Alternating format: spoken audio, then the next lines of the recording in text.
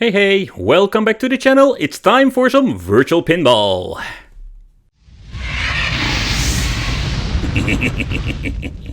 So in today's video we are going to build ourselves like a very cool gadget. It's like the Sharpin version number 3. So let's open it up, let's put it together, because that is something you need to do. It's more like a DIY kit, it's super easy to make, but let's talk about the other models, because I have reviewed basically every single model when it comes to the Sharpin. Okay, so I really love myself virtual pinball, and I think these tiny ones are absolutely great. The first one I back in the day released was a 3D printed version, let's say version number 1. The general idea, it's still exactly the same, but he did some improvements. For example, different encoder board, different control inputs, like all these minor things he's changed.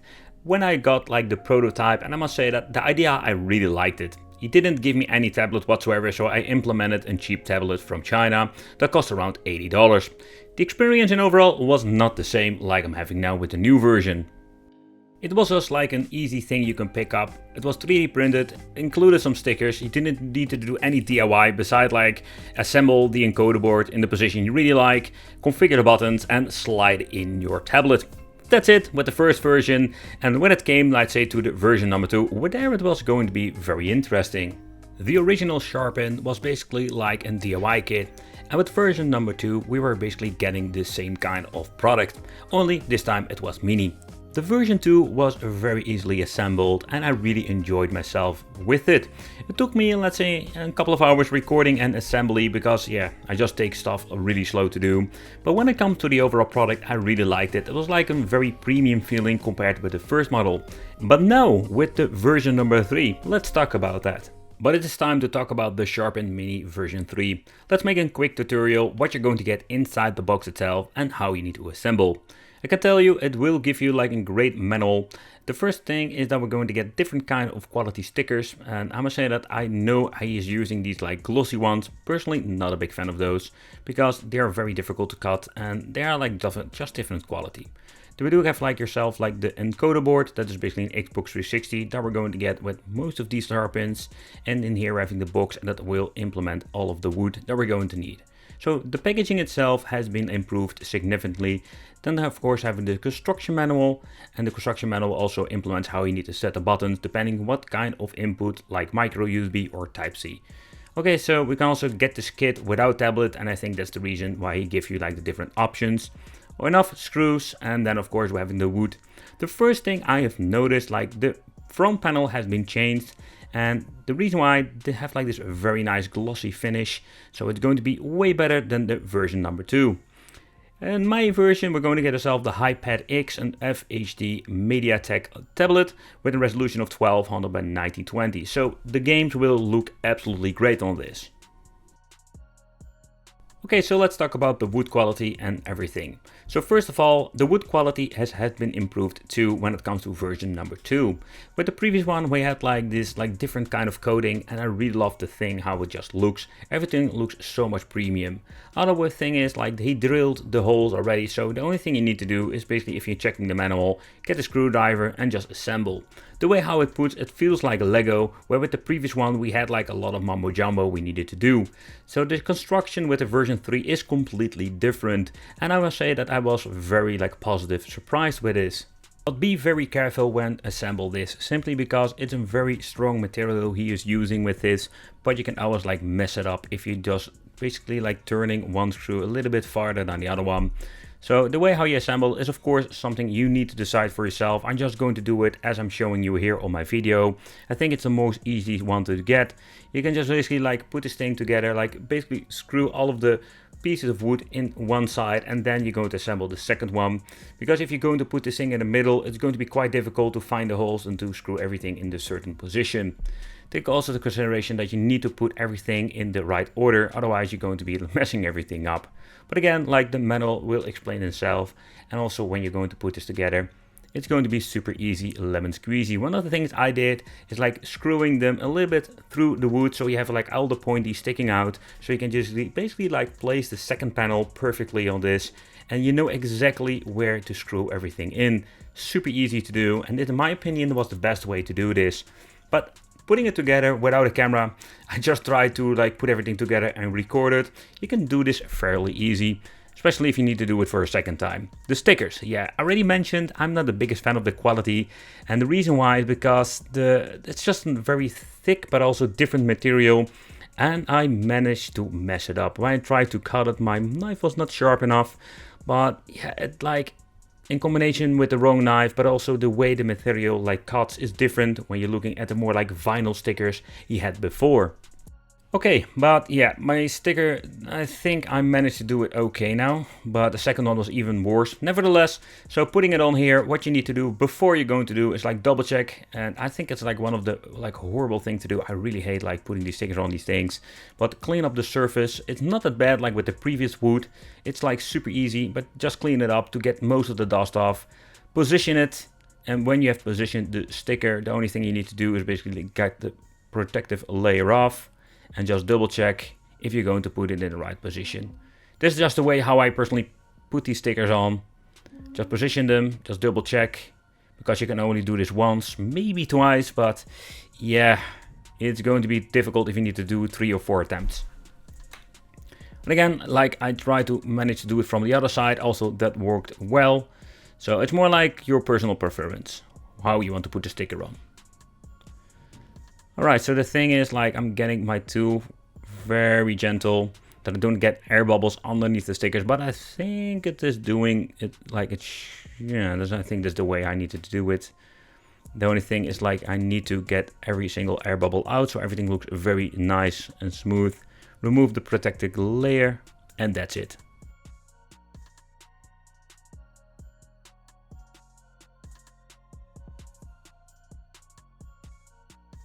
Okay, when done, let's try to put the button in. And the button is going to be easy. You need to be very gentle, like feeling where exactly the hole is and then cut through it.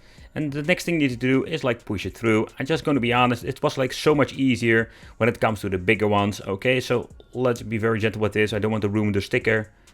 It does have like a very tight fit, especially because there is a sticker on it. But in my opinion, it works perfectly. And the buttons feel absolutely amazing this way because they are not loose in the wood itself. In the other hand, you can just push these things at the front way too easy, and you can see like you can just accidentally push them out that too. So yeah, so I'll be honest, like the front part is not that great. But nevertheless, they are in the machine itself, encoder board. Before you go into basically using anything like double-sided tape, it was by the way not included with mine or didn't see it. What you need to do is basically check out where you're going to put the encoder board, due of the wire, like distance or length. So that's something you need to double check. Let's put every single wire on here. There's only one way you can basically, yeah, there's not a great way. Yeah, okay, need to turn the way around. The thing is that I need to do is like putting the cable in, and that's it. And we need to do the same process for every single button. It's time for the cable nightmare. Yup, that's the thing. Oh boy. Let's get the manual. Okay, another thing is when the manual, we need to turn it around or just double check where we're going to put the encoder board and figuring out how we need to put like every single button in what kind of position. Yeah, be very careful with this. You can always like connect your tablet and double check it with the game if you don't know exactly where everything needs to be. Those are connected and configured, and check the manual, everything needs to be like it should be. Alright, so let's see how I can basically place the encoder board the best way. Yep, my way, the best way is just the way how I positioned here in the video. Yep, that's what I'm going to do. Next up, let's basically like put this piece of wood on top and get the screws in, and later on we can just put the tablet in and basically like tighten it up so it's in perfect position. But the first thing we need to basically put the top layer on. Next part, let's use the side strip that we're going to put on the tablet itself. Unfortunately, they have like these horrible stickers on, and I didn't like the one on the bottom because the way how they assemble is super easy. But I mean, the stickers over here. Okay, this is going to be a freaking nightmare to clean it all off. Oh man, I need to do something about this. Oh boy, it took me like 10-15 minutes to clean all both stickers off. Oh man, what a nightmare. But let's get the tablet ready what we needed to do. So what we need to do is going into the settings, set everything up, your Wi-Fi. After that, get your Gmail account ready. Then go to the Play Store where we can download the free apps like Zen Pinball. There are only a couple of them compatible, so you don't have like a big collection, especially when it comes to the buttons. And the next thing that we need to do is download Pinball Deluxe, is one of my favorite ones, and Zen Pinball. Those are my favorite ones. Zen Pinball, you just need to install, you got one table for free, and later on you need to buy all the other ones. Pinball Deluxe Reloaded is another great pinball machine I will show you later on in this video. It's a lot of fun, like old school pinball, and it also has like a lot of cool features. And of course you can check out Zachariah Pinball if you want to. Not a big fan of Zachariah because you need to buy a lot of tables. I will mainly focus on Pinball Deluxe Reloaded and Zen Pinball. Another thing I'm going to do is loading my account. So basically I set this to my primary account when it comes to Zen Studios.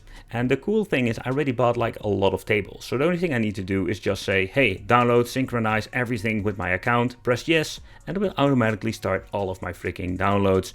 Freaking cool. Like Sorcerer's Lair is one of the tables you get for free, and you need to buy every single one. They go from €1 up to like €2. It can be very interesting and expensive. Already showing me that I'm having like a couple of tables. But let's press on the button. I think what the right at the bottom, is it like which one it was? Damn, I don't know. Oh, there we go. We're at the right one over here in the main menu. And now we'll synchronize every single table I'm having. I've bought it. Yep, it asks me to download. If I'm on the Wi-Fi, I am. And that's it.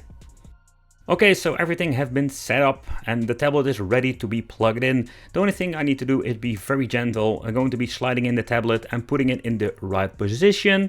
And then we're ready to go. Of course, plug in the USB encoder. The USB encoder will get the power from the tablet itself. I'm still figuring out how I basically can get myself the best optimal setting so I can charge and play if needed.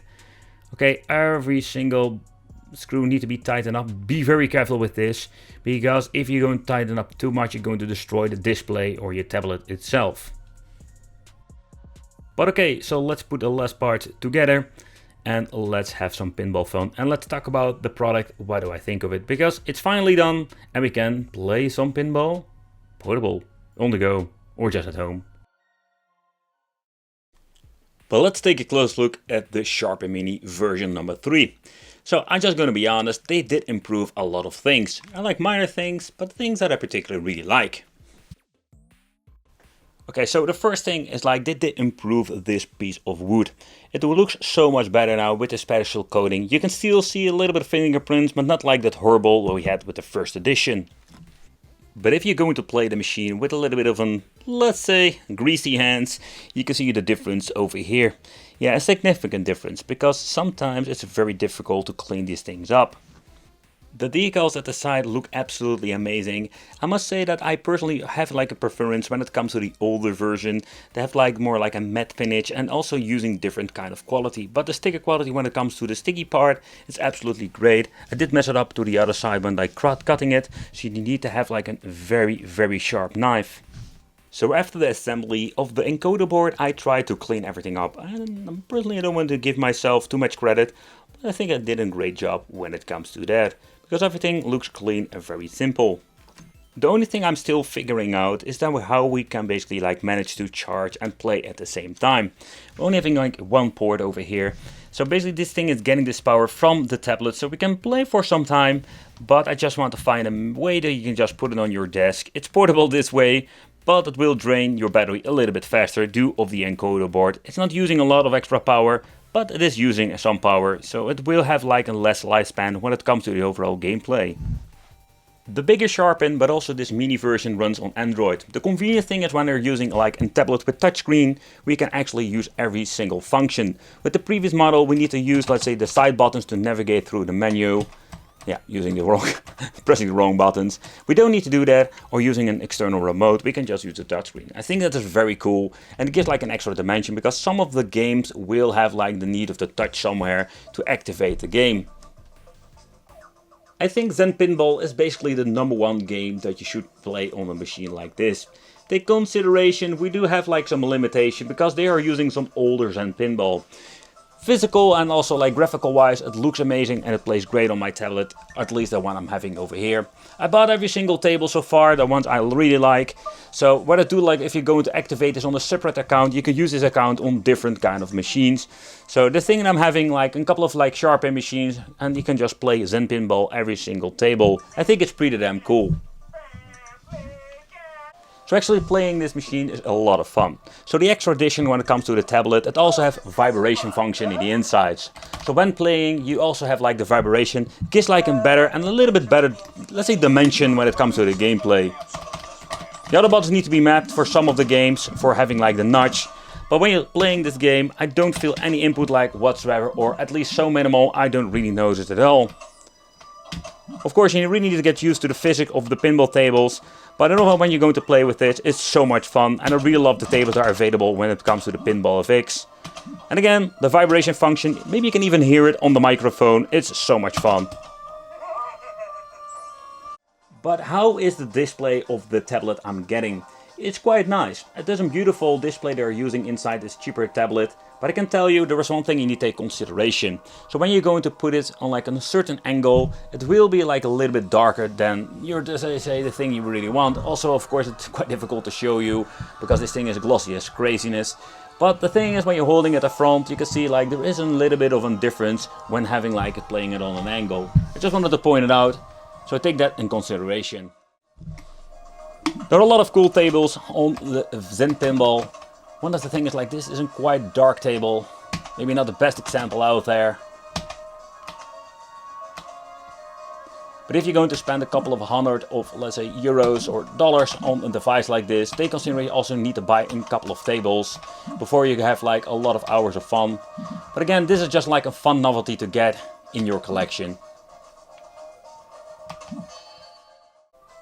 Pinball Deluxe is basically going back to the basics when it comes to virtual pinball, and I can tell you this is such a fun game. So another fun cool thing what I love about this like piece of, let's say, app, you can just like implement like different kind of configurations when it comes to your controls. So I have like the flipper set over here, but this thing isn't configured correctly, like everything is messed up. So if you just want to like mess around with it, the thing you need to do, go to the settings over here. Then over here we have the input, go to gamepad. Then we have like the power ball. If you want to set it to a certain button, it's not needed because we have like the touchscreen. But let's say plunger, we need to set it to the button over here. For the right one, the tiny one you don't see is over here. And let's see what we're having over here. We have the left notch and the right notch. Alright, so I think everything has been set up. Let's double check it. There we go. Alright, everything has been configured. The notch. Let's go all the way back. Let's play. Let's see if the notch is working. I think you need to play before. The vibration function is not like aggressive like with the Zen Pinball. Maybe you can mess around with that too. But this is such a fun game. It's super basic. And already messing it up. So the audio itself, it's okay. Simply because when you're listening to it, when it's open, you have a way better like sound coming from the tablet itself.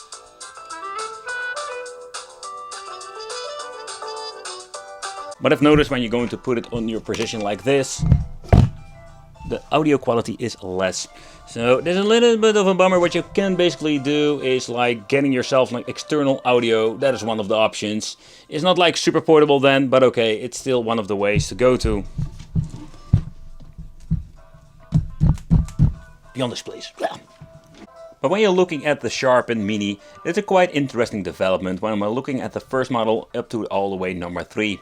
I just say it's like I really like what you're doing over there. It's a really cool, fun gadget to have in the collection. But of course, depending how you just love playing virtual pinball, because this is not for everybody. And again, like how seriously you need to take it, because this is just a fun way to play, a different way, but not like the ultimate way. Let me know in the comments what you think of this version number 3. Thank you for watching. Consider subscribing, hit the little bell, and it would be great to see you in the next one.